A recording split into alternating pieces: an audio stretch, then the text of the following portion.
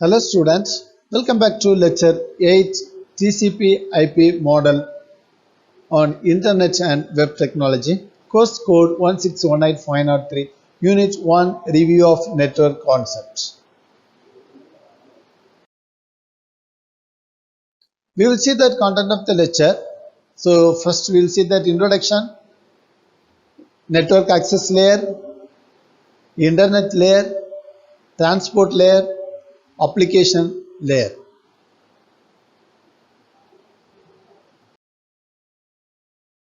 So introduction about transmission control protocol and internet protocol.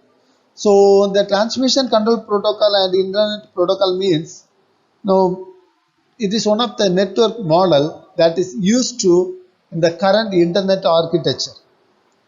So this protocol or set of protocol is nothing but it is set of rules which govern every possible communication over a network. So this protocol describes the movement of data between source and destination or among the internet. So and also it is provide symbol naming and addressing schemes.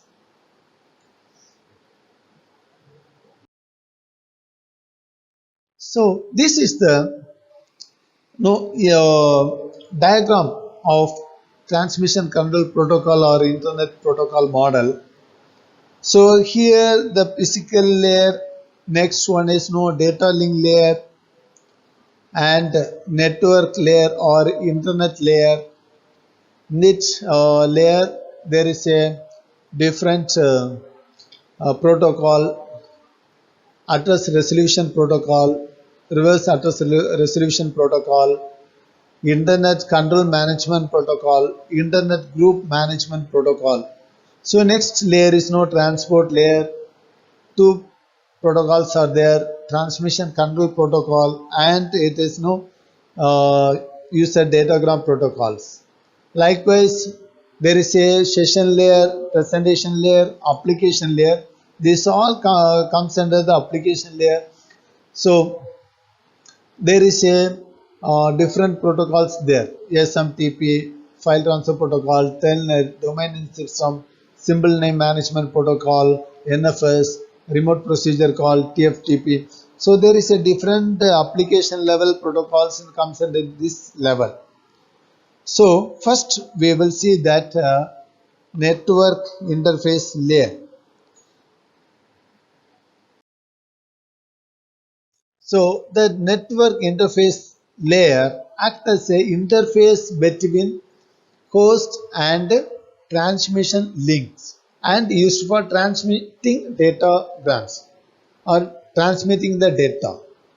So this layer is one of the lowest layer of transmission control protocol internet protocol model. So the network interface layer is the combination of physical layer and data link layer that is defined in the OSI reference model.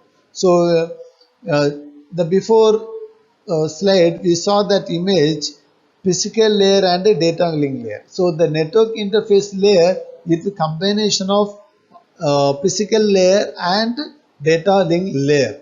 So the network interface layer shows that how the data should be sent physically through the network.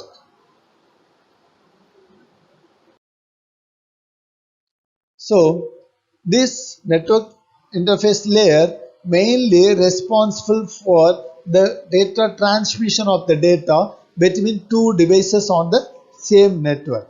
So this function it is carried out by this layer or encapsulating the IP datagram and into frames that is transmitted by the network and mapping of IP address into physical addresses.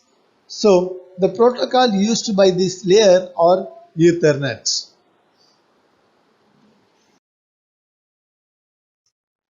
Next one is internet layer. So internet layer is also known as that network layer.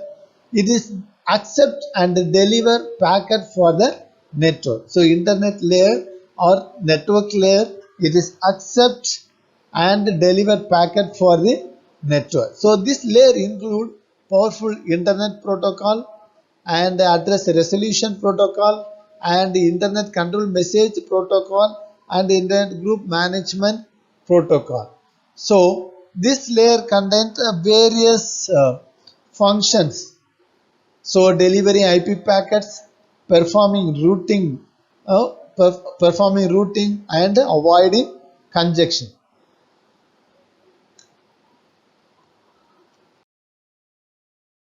So first we will see that IP protocol. That IP protocol used in this layer and it is the most significant part of the entire TCP IP suite. So the IP addressing it is implement logical host addresses that is known as IP addresses.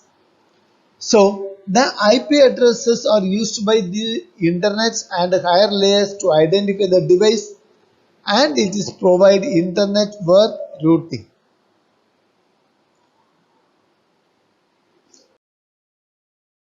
Next, host to host communication.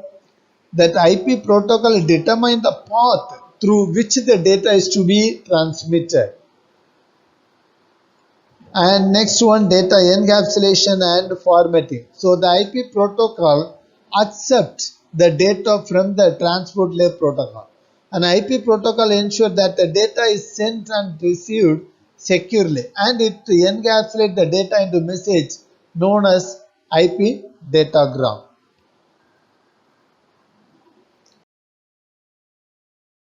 So fragmentation and reassembly. So that is one of the important function. That is the limit imposed on the size of the IP datagram by data link layer. So that is maximum transmission unit. So if the size of the IP datagram is greater than that maximum transmission unit, then the IP protocol split the datagram into smaller units, doing fragmentation so that they can travel over the local network.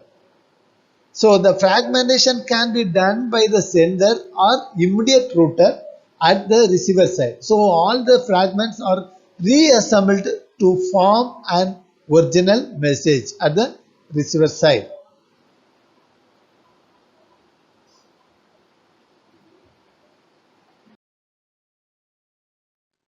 Routing.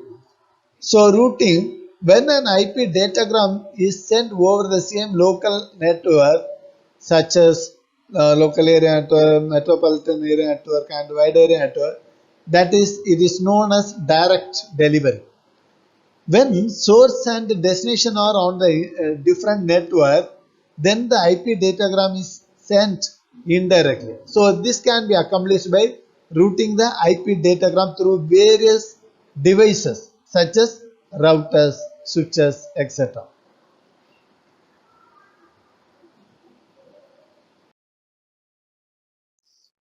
Next one, ARP protocol. ARP protocol stands for Address Resolution Protocol. This protocol is a network layer protocol. So which is used to find the physical address from the IP address. So what is the use of the ARP protocol? Finding the physical address. So the two terms are mainly associated with this protocol, ARP request and ARP reply. So ARP request, when the sender wants to know the physical address of the device, so it is broadcast the ARP request to the network. ARP reply is every device attached to the network will accept the ARP request and it is process the request. But only recipient recognize the IP address and send back its physical address in the form of ARP reply.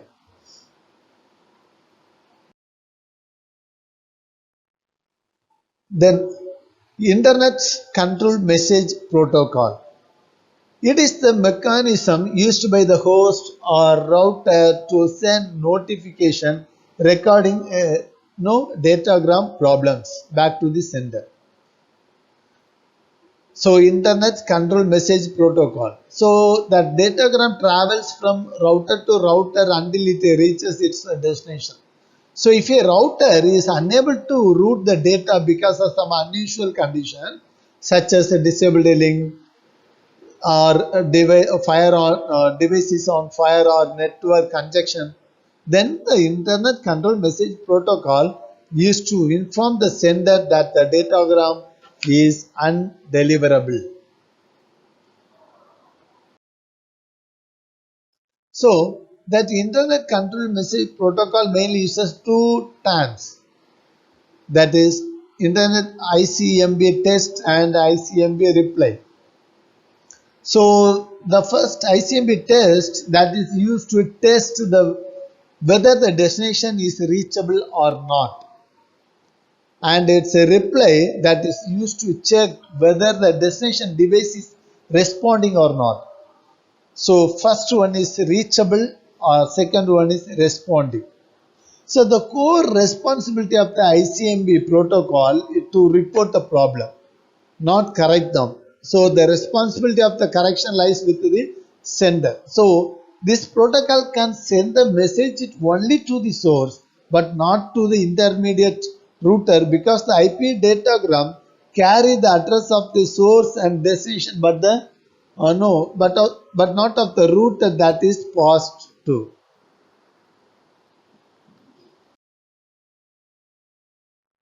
No transport layer. The transport layer mainly it's responsible for reliability, flow control, and correction of data which is being sent over the network. So there is a two protocols can be used, that is user datagram protocol and the transmission control protocol. So this transport layer decide if the data transmission should be on parallel path or single path. That is functions such as multiplexing, segmenting or splitting in the on the data is done by transport layer.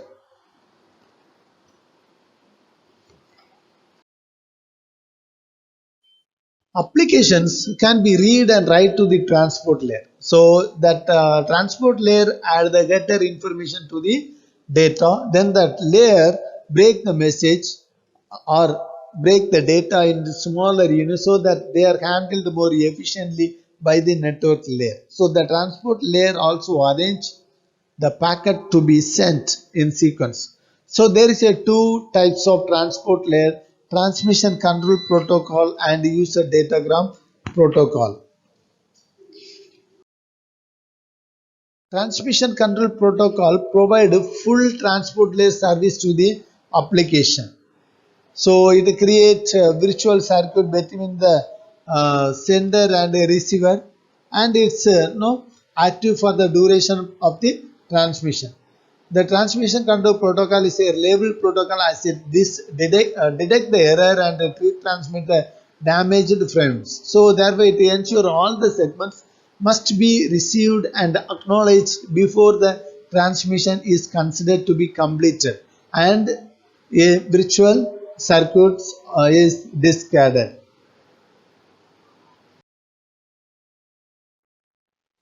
So here the two sending and receiving end. So at the sending end, TCP divides the whole message into smaller unit that is known as segment, and this each segment contains a sequence number which is required for reordering the frames to form an original message. At the receiver end, the TCP collects all the segments and reorder them based on the sequence number.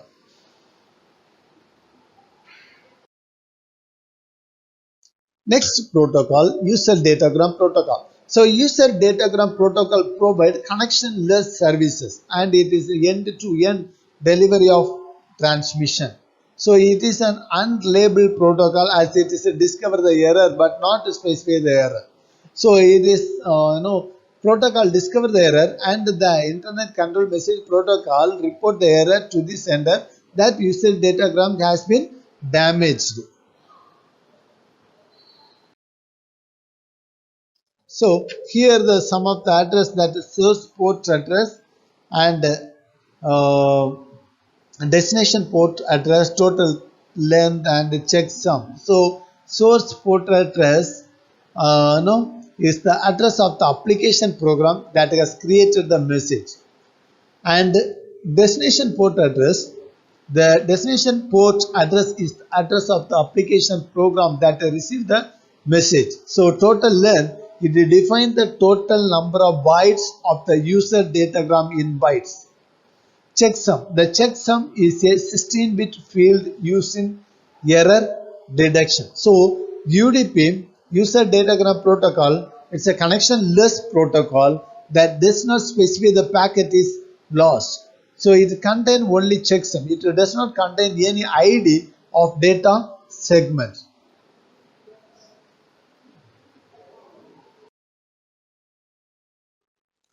So next layer, application layer. This layer permits user to access the services of globally or private internet.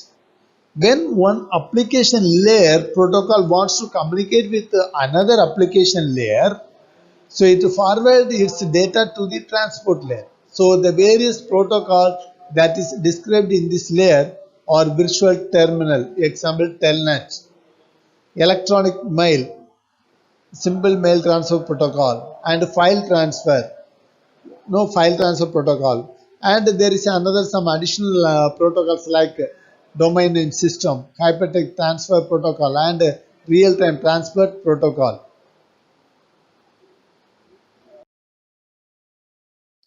In the application protocol, the working of this layer is combination of application, presentation, and a session layer of this OSI model. So first one is HTTP. HTTP stands for Hypertext Transfer Protocol. So it allows us to access the data over the World Wide Web. So this HTTP transfer the data in the form of plain text, plain audio, video, and it is known as Hypertext Transfer Protocol as it has the efficiency that is used in a hypertext environment. So where there rapid jumps from one document to another.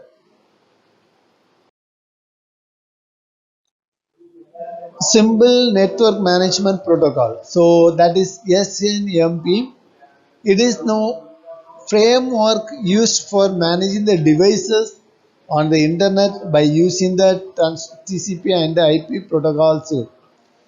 So next one is SMTP, Symbol Mail Transfer Protocol. This protocol can be support that email. So that's why it is known as Symbol Mail Transfer Protocol. This protocol is used to send the data to another email addresses. Application layer, domain name system. So the short form is DNS. So an no, IP address is used to identify the connection of the host to the internet uniquely, but people prefer to use the name instead of addresses. Therefore, the system that maps the name to the address is known as domain name system.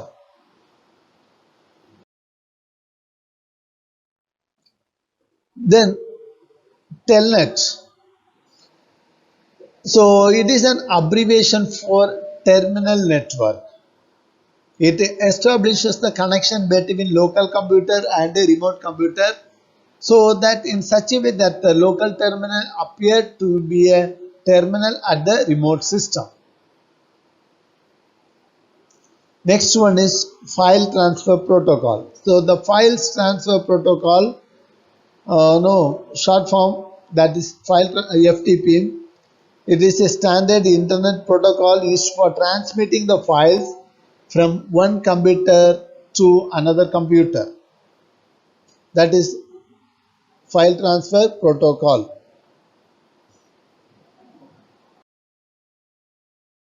So summary of this lecture, hopefully in this presentation you may have learned that what is transmission control protocol and internet protocol model and its different layers of this model.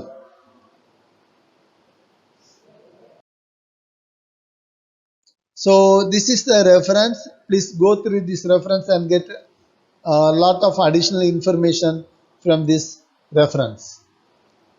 Thank you.